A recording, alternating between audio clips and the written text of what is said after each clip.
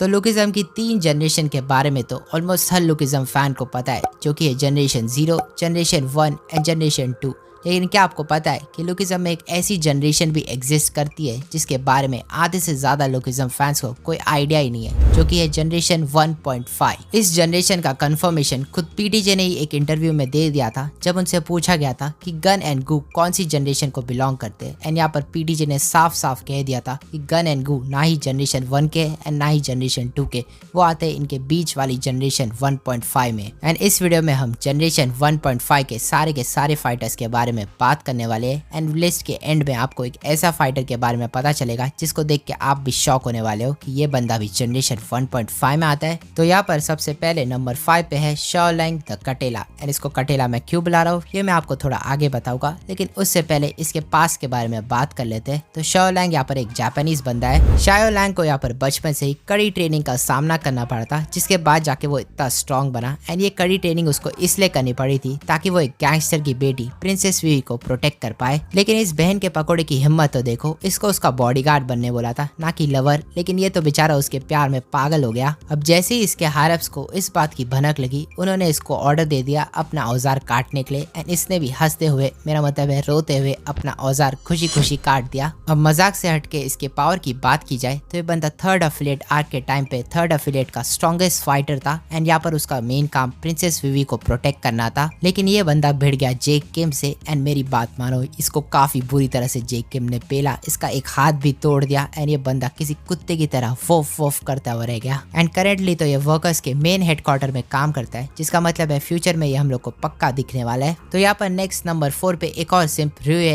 The goo of Japan है। And इसको गू of Japan में क्यों बुला रहा हूँ ये थोड़ा आपको आगे पता चलेगा, लेकिन उससे पहले इसके वेपन के बारे में थोड़ी बात कर लेते हैं। तो यहाँ पर रियुए यूज करता है एक बैट जिसके ऊपर इसे चेन बांध रखी है। एंड ये वेपन आपको वैसे तो वियर्ड लग रहा रहेगा, लेकिन मैं बता दूं कि ये वेपन काफी स्ट्रॉन्ग है, क्योंकि इसी वेपन से इसने जापान के कैंटो रीजन को अकेला ही यूनाइट कर दिया था। एंड ये चीज उसने जापान के सारे याकुजास को डिफीट करने के बाद की थी। ऑल्सो यहाँ पर मैं बता दूं कि रियुए जापान की स्ट्रॉन्गेस्ट बाइकर गैंग का लीडर है। लेकिन इतना फेम हासिल करने के बाद भी ये लौंडा भी एक लौंडी बाज निकला, क्योंकि इसको भी सेकंड अफिलिएट की मेन हेड से प्यार है। एंड काफी गहरा वाला प्यार, शाओ लैंग जितना समझ लो। एंड इसी लड़की के चक्कर में ये वर्कर्स के लिए काम कर रहा है। एंड करंटली ये वर्कर्स के मेन हेडक्वार्टर में रहता है। अब बात की जाए इसके पावर की, तो इसकी रियल पावर हम लोग को देखने मिली थी जब इसकी फाइट हुई थी गन पार्क के अगेंस्ट। एंड गन पार्क को मानो या ना मानो, इसने काफी अच्छी फाइट दी थी। और इस फाइट में इसने गन पार्क को काफी ज्यादा इम्प्रेस कर दिया था। एंड गन पार्क को भी सीरियस होना पड़ा इसको फाइनली डिफीट करने के लिए। तो ये कहना गलत नहीं होगा कि ये यूजीन का one of the strongest fighters है।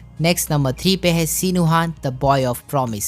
अब अपनी याददाश्त खोने के चक्कर में सिनुहान पहले वर्कर्स के सेकंड अफिलिएट के टाइम पे उधर का एक एग्जीक्यूटिव था। एंड इसके पीछे उधर की हेड पागल थी, उतनी पागल जितना कि रियुए उसके प्यार में पागल था। लेकिन लास्ट में जाके डैनियल और जेक किम ने मिलके इसको बचा लिया। एंड ये वापस तो नॉर्मल हो गया। अब सिनुहान की सबसे इंटरेस्टिंग बात उसकी पावर्स है, क्योंकि ये बंदा यूज कर सकता है इनविजिबल अटैक्स। एंड यहाँ पर इनविजिबल अटैक्स सिनुहान के अलावा हमें पता है 2 और बंदे यूज कर सकते हैं, जो कि है सिर्फ जेम्स ली एंड चार्ल्स शॉय। तो आप समझ ही गए होंगे कि ये पावर कितनी ज्यादा रेयर है। एंड यही नहीं, यहाँ पर यूजीन ने इलाई और वॉरेन दोनों की पावर को मिला के कंपेयर किया था सिनुहान के अकेले की पावर को। एंड यहाँ पर मैं बताना चाहूंगा कि यहाँ पर इलाई एंड वॉरेन दोनों ही अपने अवेकेंड फॉर्म में थे। एंड दोनों ने यहाँ पर एक एक फर्स्ट जनरेशन किंग को खुद से हरा दिया था। इसकी पावर का सबसे बेस्ट एग्जाम्पल हम लोग को Hunt for big deal arc के टाइम पे दिखा था, जब ये बंदा अकेले ही यूजीन के सारे एग्जीक्यूटिव से लड़ने गया था। एंड यहाँ पर ये काफी लो डिफिकल्टी से उन सबसे फाइट कर रहा था। अब स्टोरी में इसके इंपॉर्टेंस के बारे में तो मुझे ज्यादा आइडिया नहीं, लेकिन मैं इतना जरूर कह सकता हूँ कि हंट फॉर गन पार्क के टाइम पे ये हम लोग को जरूर से दिख सकता है गन पार्क को हंट करने में। नेक्स्ट यहाँ पर नंबर 2 पे फाइनली मैंने लुकिज्म फैंस के 2 सबसे चहीते कैरेक्टर्स को रखा है, जो कि है गन एंड गू। एंड इनके बारे में तो खुद पीटीजे ने ही बताया था कि कैसे ये दोनों ही 1.5 जनरेशन को बिलोंग करते हैं। अब इनकी बात की जाए तो इन दोनों पे मैं एक वीडियो बना सकता हूँ। 1 मिनट, मैं इन पे वीडियो बनाने वाला हूँ, तो चैनल को सब्सक्राइब कर लो यार। लेकिन अभी शॉर्ट में मैं आपको इनके बारे में थोड़ा बता देता हूँ। तो सबसे पहले इनकी पावर की बात की जाए तो ये दोनों ही प्राइम जेन 0 लेवल पे है। एंड इन दोनों को ही बचपन में टॉम ली ने खुद ट्रेन किया था, जिसके बाद ये चार्ल्स शॉय के बॉडीगार्ड बन गए। एंड स्टोरी में इनकी इंपॉर्टेंस काफी ज्यादा है, क्योंकि ये दोनों ही बंदे मेनली रिस्पॉन्सिबल थे 4 मेजर क्रूज को क्रिएट करने के लिए। अब प्रेजेंट की बात करें तो यहाँ पर गू ने चार्ल्स शॉय की बॉडीगार्ड की नौकरी को लात मार दिया है। एंड यहाँ पर उसने अपना खुद का ही एक क्रू बना दिया है चार्ल्स शॉय को टेक डाउन करने के लिए। एंड इस क्रू को वो गू एंड सीक्रेट फ्रेंड्स बुलाता है। एंड इस क्रू को ऑलरेडी काफी स्ट्रॉन्ग एंड नोटोरियस फाइटर्स जैसे कि ताइजिन चॉन, लोगन ली एंड सैमुअल सीओ ने ऑलरेडी ज्वाइन कर लिया है। वही दूसरी तरफ हम बात करें गनपाक की, तो गनपाक इस वक्त भी चार्ल्स चॉय का बॉडीगार्ड है एंड वो कुछ ज्यादा ही लॉयल है चार्ल्स चॉय की तरफ, हद से ज्यादा। एंड ये चीज मुझे काफी ज्यादा मिस्टीरियस लगती है एंड मुझे लगता है फ्यूचर में जाके हम लोग को एक काफी बड़ा रिवलेशन मिलेगा कि गनपाक आखिर में चार्ल्स चॉय के प्रति इतना लॉयल क्यों है। तो फाइनली यहाँ पर नंबर 1 पे जो कैरेक्टर है वो मुझे काफी रिसर्च करने के बाद पता चला कि ये बंदा भी आखिर में जनरेशन 1.5 को बिलोंग करता है एंड ये इसको क्यों बिलोंग करता है ये भी मैं आपको आगे बताऊंगा। तो नंबर 1 पे यहाँ पर है बेक हैंगल AKA द बेसमेंट हल्क। अब बेसमेंट हल्क यहाँ पर पहले एक नॉर्मल बंदा था, लेकिन बेसमेंट हल्क के भाई एंड जिनियन पार्क ने मिलकर उसे ऐसा बना दिया एंड जिस टाइम पीरियड में इन दोनों ने इसे बनाया था वो था पीक ऑफ जनरेशन 1। तो हम ऐसा कह सकते हैं कि ये बंदा लिटरली जनरेशन 1 के पीक के टाइम पे पैदा हुआ था। तो इस हिसाब से देखा जाए तो ये भी सीनू हान जैसे ना ही जनरेशन 1 एंड ना ही जनरेशन 2 को बिलोंग करता है, ये बिलोंग करता है जनरेशन 1.5 को। अब इसकी सबसे इंटरेस्टिंग चीज इसकी पावर है, क्योंकि ये कोई नेचुरल पावर नहीं है बल्कि स्टेरॉइड्स के थ्रू इस पे पावर इंजेक्ट की गई है। एंड पर्सनली मेरे हिसाब से तो यहाँ पर फुल पावर में ये सीनू हान से भी ज्यादा ताकतवर है, क्योंकि इसने अकेले ही 4 मेजर क्रूज के